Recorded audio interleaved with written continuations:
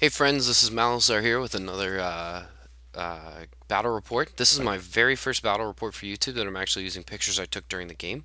Um, I'm a little nervous about it because I don't know how choppy this is going to be using this in Windows Live Movie Maker, so I apologize for that in advance. I hope you stick around though and we can learn together until I can afford a new Mac for my wife that I can use for Keynote. Um, but her one from school is finally fried. I've been doing this on a PC, and I have PowerPoint 2007. Um, I know, classy. Remember, I think the last video I told you guys I was an outdoor instructor. We make okay, but I mean, we make okay. So this is my first game is against Empire. Let's hop right into the list because I think this one's going to be long. So he is also playing here for Swedish Comp. Let's hop in, then I'll give you my impression. He's got a level 3 Battle Wizard Lord, Lore of Light, Dispel Scroll, 4 Ward, 2 level 1s, Lore of Light, Warrior Priest on Horse, Arc Lector with the Great Weapon Armor of Destiny, and a BSB with the White Cloak, which gives him -1 to hit and a 5 up ward save. The BSB's also got like just a 3 up armor, just stock, because, you know, it's Empire, and they get that sort of thing. Moving on, he's got 45 halberds, 2 units of 5 archers, 9 inner circle knights, 30 flagellants, 2 great cannons, 2 units of 5 pistoliers, and 3 demigryphs. Now, let me just remind everybody that I'm doing this off the top of my head. I did not get to keep any of my opponent's copies, which bummer. I actually do enjoy that because I like to look back on lists that I played, things that I think I might see later. So, in my opinion, oh, by the way, he scored an 11.8. So we are just, you know, right there next to each other in comp, with me being on 11.9. I probably should have listed that. I'll do that for the next battles. Sorry about that for this one. So I think that he made too many comp concessions without focusing on one area. So when you think of a normal list, like my high elf list, for example, if you go all in on Phoenix Guard, you need to make up for that in other areas. If you go all in on a Night Bus, you need to make up for that in other areas. Same with Empire. If you go all in on one up, you need to make up for it in other areas. If you go all in on War Machines, you need to make up for it in other areas. Same with the Light Coven. And here, I thought he was trying to get a little bit of a Light Coven, a little bit of a Night Bus, a little bit of shooting, and then the Demigryphs for support. And I just don't. I think he was making too many concessions while not focusing enough of his efforts in one area. I've never played Flagellants before, so that was kind of fun. I was really excited to get into combat with them, because, you know, humans like sacrifice themselves, because the end is nigh. It's just so flavorful and awesome that I can't wait to fight them. So let's move on right into deployment. So one thing I'm noticing is that I did not remember to take pictures of the entire battlefield for deployment, and for that I apologize. Learning experience. So here's my right flank. I have 2 bolt throwers on a hill, and hills for this tournament are infinitely high. I have a unit of reavers, and then 7 dragon princes directly behind them. Save my comments, Joe. This is my center. I have reavers next to the hill, 12 archers, my silver helm bust directly in the center of the table, being supported by 24 Phoenix Guard in bust formation. So these ruins here actually were a wood. That's just what the TO was playing them, but wanted to kind of keep a theme table. So that sweet movement tray is my Shadow Warriors, and then directly behind that is my bolt thrower. I positioned that in that way because I couldn't get into the woods with the bolt thrower in my deployment zone, and so I wanted to pin it back far enough that I'd still have pretty good sights around the table without giving myself any cover bonuses or penalties, and that I could kind of anchor that flank there. I also dropped it early because I really wanted to see where those halberds are going and those Empire Knights. So going my opponent's right, my left, those are pistoliers on the very far flank. Next to that is a great cannon on an infinitely high hill. And in his center, going left to right here, he's got 30 flagellants. Next to that immediately is the halberd, just horde of monstrosity. In front of that are the 2 detachments of Empire archers, one of them being with the light wizard in there. I think that guy somehow like snuck in banishment, so he wanted him out farther. I'm not sure why, but that's just what he did.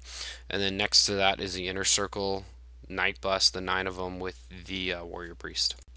Okay, wrapping up deployment here, we have the Great Cannon, Demigryphs, and more Pistoliers.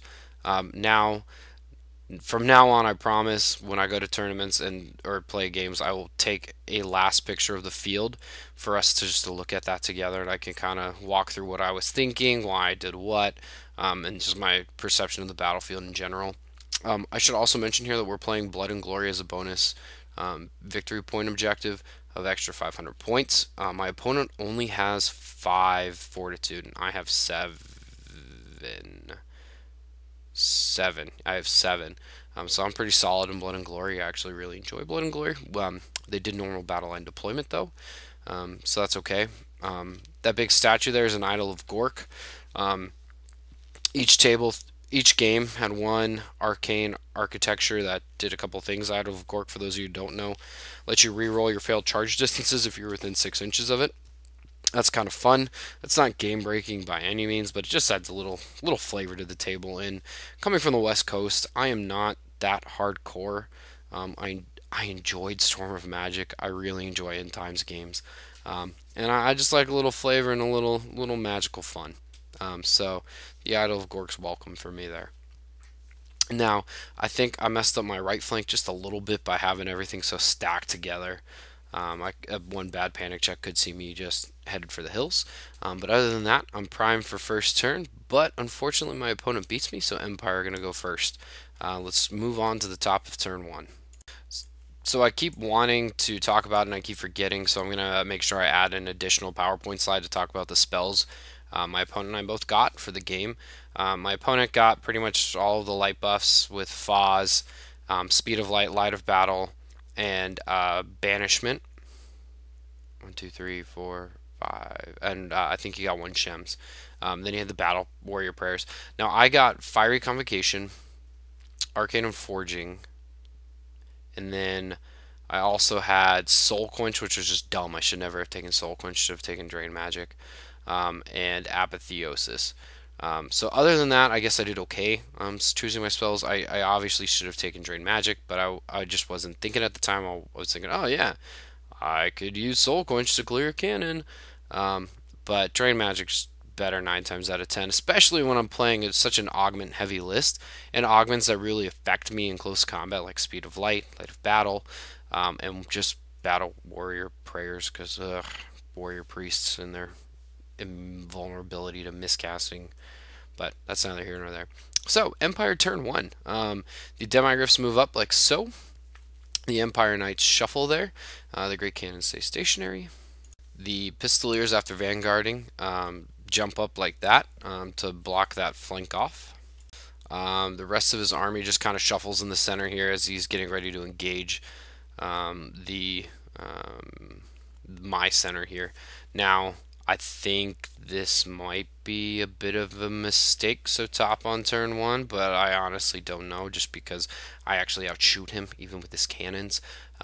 However, he could easily cannon off my bolt throwers and just kind of hang back and force me to come to him to get any kind of points back and win pretty comfortably. So he is coming for me though, so I'm excited for the challenge. Let's go kill some Empire men. So in his magic phase, he casts Light of Battle and Vaz Protection on the Demigryphs, thinking that I'm going to shoot them, but I actually don't really care about the Demigryphs at this point. I have other things that I want to shoot and worry about. So I'm happy to let those go through and stop Banishment from hitting a War Machine or something like that. So at the start of the shooting phase, the Pistoliers open up on the Reavers there. Kill 2, which is pretty good rolling, and I failed my panic check. And what I was alluding to earlier by stacking my units so close up here was just kind of a mistake, because I took the risk of failing these leadership checks on the Bolt Thrower and on the Dragon Princes, but luckily I was able to pass them. That was a mistake. I'm fortunate that my dice don't come back to haunt me like they did at Saws, where I was just failing panic checks left to right and running off the table. So that was pretty good shooting by the Pistoliers, and I'm just glad to pass the panic checks. So in the Masters, you don't actually have to be able to see your target when you're shooting a cannon. One cannon flies over here, drops a Dragon Prince, and I ward the other one. So this is the start of High Elf turn 1. My Dragon Prince has charged the Pistoliers. He flees. I catch him, reform out of the Demigryph arc. So that was pretty nice. This is my Reavers moving up and blocking his Demigryphs from doing anything nasty to me. This is my Silverhelms charging into his inner circle knights with all kinds of vengeance here. I'm a little nervous about this comet because if I don't break him, obviously some bad things could happen here. But after measuring it out with my opponent's agreeal, that if I can overrun 7 inches, I just need 7 inches and I'll be out of arc for those halberds. So I just need a 7 inch on the overrun, and I'm pretty confident I should just hammer these knights off the table right now. This is just kind of showing my Phoenix Guard moving up. My Shadow Warriors, you can see kind of in the corner there, have jumped out of the woods and are moving towards the cannon. And this is just showing you that again, and I thought I'd keep the picture in because it shows how pretty my Shadow Warriors are. Magic's unforgettable. He stops Flames of the Phoenix on the halberds. I get Apotheosis off, so I am at least at a +1 ward save. And that's it for magic. Shooting, this is showing you that my Shadow Warriors are awesome and decide to pummel that Great Cannon into the dirt. So shooting elsewhere is pretty forgettable. But in combat, my BSB downs his Warrior Priest. Everybody else, we kill a couple knights. He's testing on double ones. We go for the overrun. I roll a 6. Dang it. I rolled a 6. So that kind of leaves me disordered and right in front of his halberds. As expected, he's more than willing to sacrifice that archer unit and light mage, so they charge in the Phoenix Guard. The halberds close the flank there, right into my Silverhelms. Demigryphs hit the Reavers on the redirect. So, yeah, let's talk about this. This is a big risk-reward for me here. Is it the smartest thing to do at the top of game 1 on turn 1 to do this? Probably not, but let's see here. I have a 75% chance of rolling higher than a 7 on 3 dice, or on Swift Stride. I should have gotten maybe another magic spell off, but I couldn't let those knights charge me, if that makes sense. Like I couldn't let them stay there in the middle of the table with free charge arc, because they will actually do quite a bit of damage to Silverhelms. And they might even kill my BSB with their strength 6 lances. So I felt like I had to make my move here. I can still make up all of these points, or most of these points, by still winning the Blood and Glory scenario, which isn't that hard because I only need one more banner or his BSB or his general at this stage in the game with him, even if he clears me here. So I'm actually feeling pretty good still about this. I also forgot to talk about magic. He gets Foz off again on his Demigryphs, and he irresistible forces Speed of Light, which sucks. He then power drains himself, so that's at least gone. He then irresistible forces again on 3 dice, 5 aboard save on his halberds. So they are just tough little dudes right now. Just tough little humans charging the flank of my Silverhelms. But that's alright. We'll see what happens. Shooting his cannon picks off a bolt thrower. I passed my panic. So his Demigryphs whiff and my Reavers stick. He only kills 3. So he's got 3 in a charge for -4. I'm testing on a what is that? A 3, or I'm testing on a 4. And I hold. Oh no, I put a wound through, which was hysterical. A horse kicked a Demigryph in the face, because you know how horses are. So I actually stick there on a 5 with a reroll. So I failed the first, made the second, and that's just gonna make this Dragon Prince charge even sweeter. So I failed to take the proper picture here, but the way he's flanking me, he's in my noble. At the start of combat, I dropped my BSB down because I'm not really worried about halberds hitting my BSB. I've got a 1-up armor save and a 5-up ward save at this point, so I might take a wound, but I'll be okay. And then he declares a challenge with his champion, and I accept with my champion, which allows my champion to move down in base contact with his champion. So I completely character zone him out, And that's my armor saves on my BSB. He wanted me to take a picture, so I obliged him. I actually ended up taking 0 wounds this phase because my characters were successfully able to zone him out, even with his hatred. That I did okay. Now, he still has charge, 3 ranks, a flank, and 2 banners for a total of 7. So he's got 7 static combat res. I have 5, or I have 2 for my 2 banners. I don't get any of my ranks with him in my flank. So I target all of my nobles attacks, or my BSB's attacks in the unit. He successfully kills 2. I then do 1 wound to his BSB. With my noble, which was awesome. I should have killed him, but oh well. And then you'll see this BSB is really hard to kill. And then my champion successfully kills his champion, so I'm only down by 1 at the end of this, with me doing 4 wounds to him doing none to me. And that just makes for a really upset Empire player, as I pass my leadership test pretty easy on an 8 re-rollable. And I reform. Here's a quick shot of the Phoenix Guard. Of course, they butchered the archers. They were unable to kill the light mage. They only put 1 wound on him. And the light mage just breaks on double ones and runs that way. Now, I'm in a dilemma here. I'm thinking that I probably need to bail out the Silver Helms. But there's Flagellants right there. And if I do that, I will have Flagellants in my blank. And we will stick there for the end of time, because I forgot to list this in the army list page, but the Arc Lictor has the Crown of Command for Stubborn.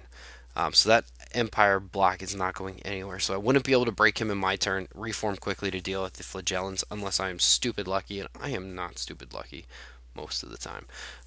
So I just go 8 wide here in preparation to charge the Flagellants in my turn. This is just showing me having reformed with the priest retreating kind of as a post-combat wrap. Yeah, just a little wrap up for the turn here. Okay, so I do charge the Phoenix Guard into the Flagellants.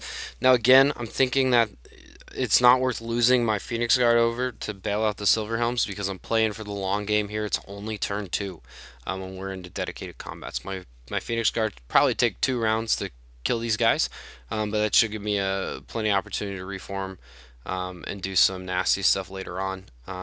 As long as I can preserve them too, I will maintain above my break point and secure those extra 500 points. My Shadow Warriors then slip behind the Pistoliers here. My Archers and Reavers kind of shuffle around this way. I'm hoping my Archers will be able to pick off that level 1 Light Mage and secure me those points. And my Dragon Prince's flank charge his Demigryphs. Hopefully put the nail in their coffin. So in the magic phase, which is what this picture is trying to show, my Archmage goes for Flames of the Phoenix on the Archers. He meets the casting value, but my opponent successfully dispels it. I then chuck the rest of my dice at Apotheosis, and he's unable to catch that, so I do get an extra ward save pip here.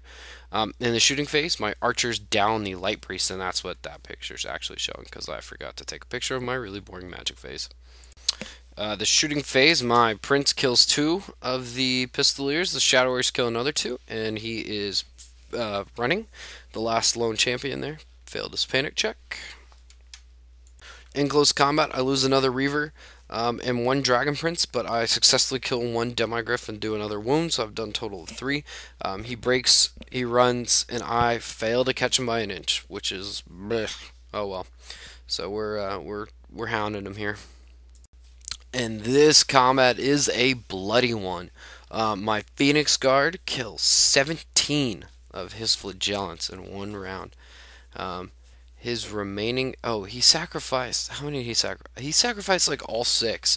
And so he had like all kinds of crazy buffs. And those remaining like 13 guys killed 10 Phoenix Guard. I've never lost 10 Phoenix Guard outside of a Dwellers before, ever, in 1 single round of combat. Like, that was astounding. It was awesome. Like, I mean, okay, he did 12 wounds, and I only passed 2 ward saves, but still, I lost 10 Phoenix Guard. Like, it was insane. Yeah, I know. 10 out of 12. Really, really good 4 board saves, Joe. But that was really cool. It was a great combat. I won by a lot, even though I lost 10. But he is, of course, unbreakable. And this grind continues. I lose a couple knights. I still fail to kill his BSB. And we're just hacking away at each other here.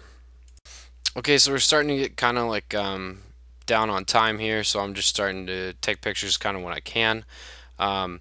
My Phoenix, this is close combat in his turn. My Phoenix Guard kill all but one Flagellant. So I'm pinned in place another round. I forgot to show this last turn, but my Bolt Thrower successfully killed one of his Demigryphs. He's going to rally him here in his turn. And finally, we're going to keep grinding it out here.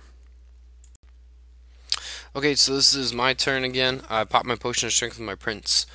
They scoot along the back line. My Dragon Prince is actually charged here. We just had forgotten to slide them in, which was just kind of funny. It was, you know, early in the morning. So my Prince, after he pops his potion, downs the cannon. My Phoenix Guard clear the Flagellant and reform. I forgot to mention last round. I'm sorry. This is just my pictures aren't very good here. My Noble fell in combat, which sucked, which forced my Mage to move forward. He declared a challenge. I accepted with my Mage, thinking his Arc Collector's got 2 attacks. Like, my Mage is on a 4 board save right now, or he's got 5 aboard save, and he's just not gonna be able to kill me. And I've got Apotheosis to heal myself back up. So I go for Apotheosis on the BSB who had been wounded. I heal myself, but I throw all 6 of my dice at it, and I detonate, which is awesome. I actually don't detonate. I do 7, which kills 3 of my knights, and then kills his BSB, who has so far eluded the death by the Noble with the Strength 6 Ogre Blade. And also puts a wound on an Arc Collector. So that was awesome. That gets me an extra 500 victory points and pretty much seals the game for me here. In his turn, I failed to mention, common theme here, that his Pistolier had rallied on Snake Eyes and jumps over here to jump on the Bolt Thrower. I fail to wound him, he fails to wound me. Basically, this is my turn. We're just going to keep grinding. It's kind of boring with that halberd combat in the Silver Helms. I know I forgot to take pictures of like the BSB getting wounded, me apotheosising, the Archmage blowing up and killing the BSB, my Noble dying. So these are all things for me to remember. My Phoenix Guard are going to rear charge him here. We're going to just start the slaughter for the poor men of the Empire. My Bolt Thrower crew are going to put the last wound on the Pistolier. This is the last shot of the game. This is my turn 5. Everything charges. The halberds. This combat continues just to grind until this point. Everything charges, including my Prince. We kill the halberds to a man. We kill the level 3. We kill the level 1. And then only the Arc Collector is left alive, and he passes his stubborn check. So that's the end of the game. I'm going to do a wrap up here, and then we'll see you in the next one. So, adding it up, I lost my Ogre Blade Noble, 1 unit of Reavers, and 1 Bolt Thrower. The Empire lost the Light Coven, not the Arc Lector, he actually survived. The BSB, the Warrior Priest, 45 Halberds, 2 units of 5 Archers, 9 Inner Circle Knights, 2 Great Cannons, 30 Flagellants, 3 Demigryphs, and 2x5 Pistoliers. Final was a 20-0 win for the High Elves. I was up by about 20. I only lost 450 points, even surrendering half points for the Silver Helms and the Reavers. But that netted me a pretty sizable win here. 20-0 is actually max. So my thoughts on the battle, I thought I played pretty well. I kept my eyes on the priority, which is the objective, even if that meant losing the Silver Helms by going for Blood and Glory. There's some ridiculous dice both ways, don't get me wrong. I forgot to mention a couple things. I'm kind of switching gears here to how I did as the battle report. I'm getting better at remembering to taking pictures, but again, I just don't think I'm very good at it yet. I'd love to get some advice from people who do this a lot and can remember to actually take pictures, because I just forget, and I forget to take important things, and I feel like I have to go back and try to explain with my voice what I'm forgetting. I think actually that doing this in Windows Movie Maker is really a pain just because I can't just talk through things. Although it's probably helpful for somebody like me who I re-record a couple slides maybe 2 or 3 times just because I start out wrong or say something stupid. But that might just come with practice too. So it's a great start to the tournament. 8 of us actually went 20-0 our first game. Um, so we have there's a lot of competition to move up towards the top tables. So I'm pretty happy with how the list performed. The Prince, just for those of you who care, because he is a weird choice, he killed 2 great cannons, 4 pistolier units. Well, he basically got the pistoliers because he shouldn't have rallied on Snake Eyes um, in that game. And then also when he charged in, he killed 4 halberds with his additional hand weapon of awesome. So that's cool. So that's he definitely earned his points there, and he preserved my general and more importantly my 2 fortitude for um, Blood and Glory. So thanks for watching, and I will see you in the next battle report. Which game 2, as a little spoiler, will be Tomb Kings.